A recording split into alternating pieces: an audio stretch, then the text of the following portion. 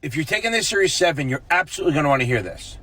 What's been showing up on the 7 now, it's been for a while, but I've been hearing a lot more, is a reverse merger. What the fuck is a reverse merger? Let's get into it.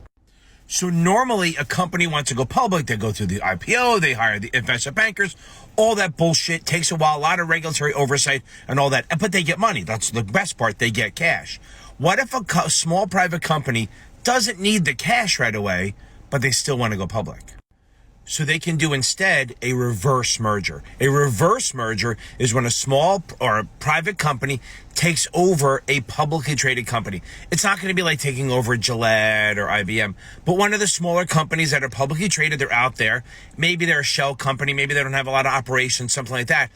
And it helps both out. So what'll happen is this small private company will usually buy at least 51% of this public company. And then they flip out the shares, they swap them with each other.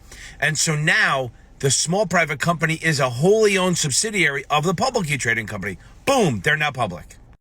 Now remember, they're not getting money, right? So it's not like an IPO where they're raising money and getting cash. There's no money changing hands on this. Well, maybe under the table, but it's not publicly. So why would a company do this? Because it shortens the time. Like an IPO could take 3, 4, 5, 6 months to go through all the regulatory hoops and loops and whatever you want to call it. You have to go through all that shit.